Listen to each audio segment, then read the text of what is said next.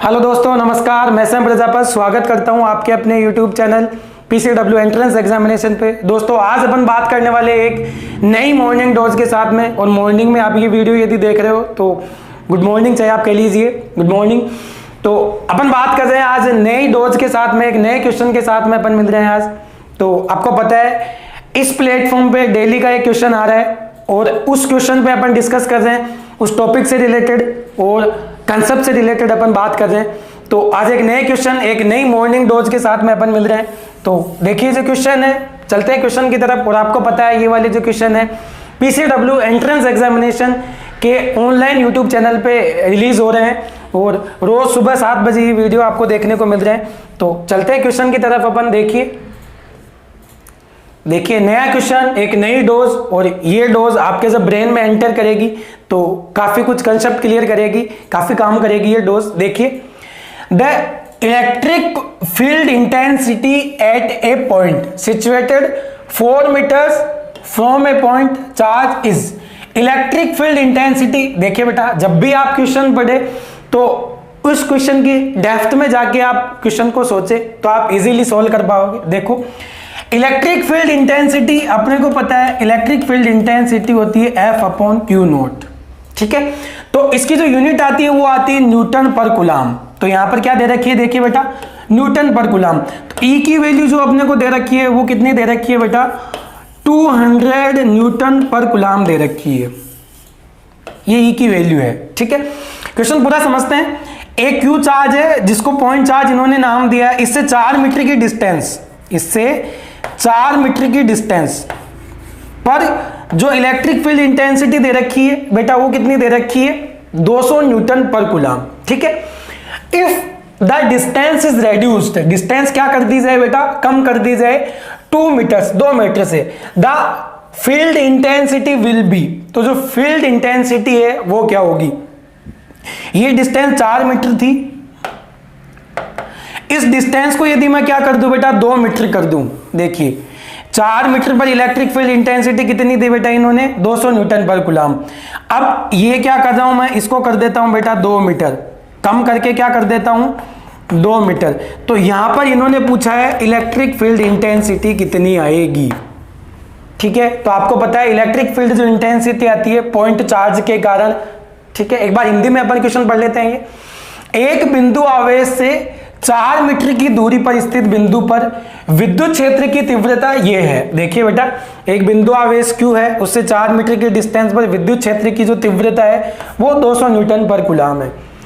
अगर दूरी को घटाकर, यदि दूरी को कम करके कर दिया अपन ने, 2 मीटर पे ले लिए, इसको कर दिया जाए तो क्षेत्र की तीव्रता होगी। ठीक है, तो अपने को पता है, देखिए यदि कोई भी पॉइंट चार्ज है उससे यदि r डिस्टेंस पे यदि इलेक्ट्रिक फील्ड की यदि अपन बात करें बेटा, उस पर यदि इलेक्ट्रिक फील्ड की यदि अपन बात करें तो वो आती है बेटा KQ/R²।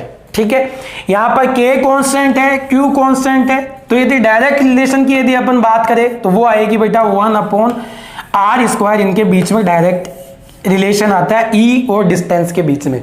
ठीक है, क्वेश्चन अप्रोच करते टाइम आपको एक चीज ध्यान रखनी है, जो भी फॉर्मूले के अंदर वैल्यूज दे रखी है उनका आप डायरेक्ट रिलेशन देखो, वो रिलेशन देखने के बाद में आप क्या करो, उनको कैलकुलेट कर लो। ठीक है, देखो अब यहां पर मैं मानता हूं 4 मीटर की डिस्टेंस पे यदि अपन बात करें, ठीक है कि नहीं, यदि मैं R1 मान लू कितना, 4 मीटर, तो E1 कितना आ जाएगा बेटा उसके लिए, 200 न्यूटन पर कूलम।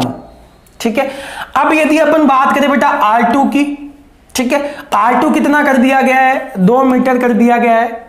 तो आपको E2 पूछा है कि इलेक्ट्रिक फील्ड इंटेंसिटी कितनी आएगी। ठीक है, तो जो रिलेशन है, रिलेशन पे अपन बात करते हैं, क्योंकि मेन जो फिजिक्स के अंदर कंसेप्चुअल चीज होती है वो होती है इनके बीच में रिलेशन अपने को निकालना आना चाहिए। तो रिलेशन अपने को यहां से निकाल सकते हैं। तो कैसा रिलेशन है बेटा इन दोनों के बीच में, उल्टा रिलेशन है, इनवर्सली प्रोपोर्शनल व्युत्क्रमानुपाती का रिलेशन है इनके बीच में। कैसा रिलेशन है बेटा, व्युत्क्रमानुपाती का। तो व्युत्क्रमानुपाती का रिलेशन होता है, देखो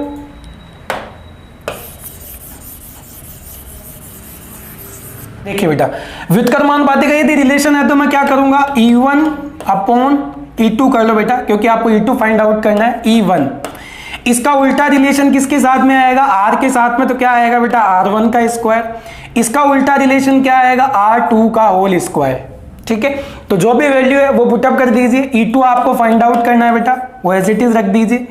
E1 आपको पता है, E1 की जो वैल्यू दी हुई है वो कितनी दी हुई है, 200 न्यूटन दी हुई है, बराबर R1 का होल स्क्वायर। R1 का कितना दिया है बेटा 4, इसका होल स्क्वायर कर दीजिए।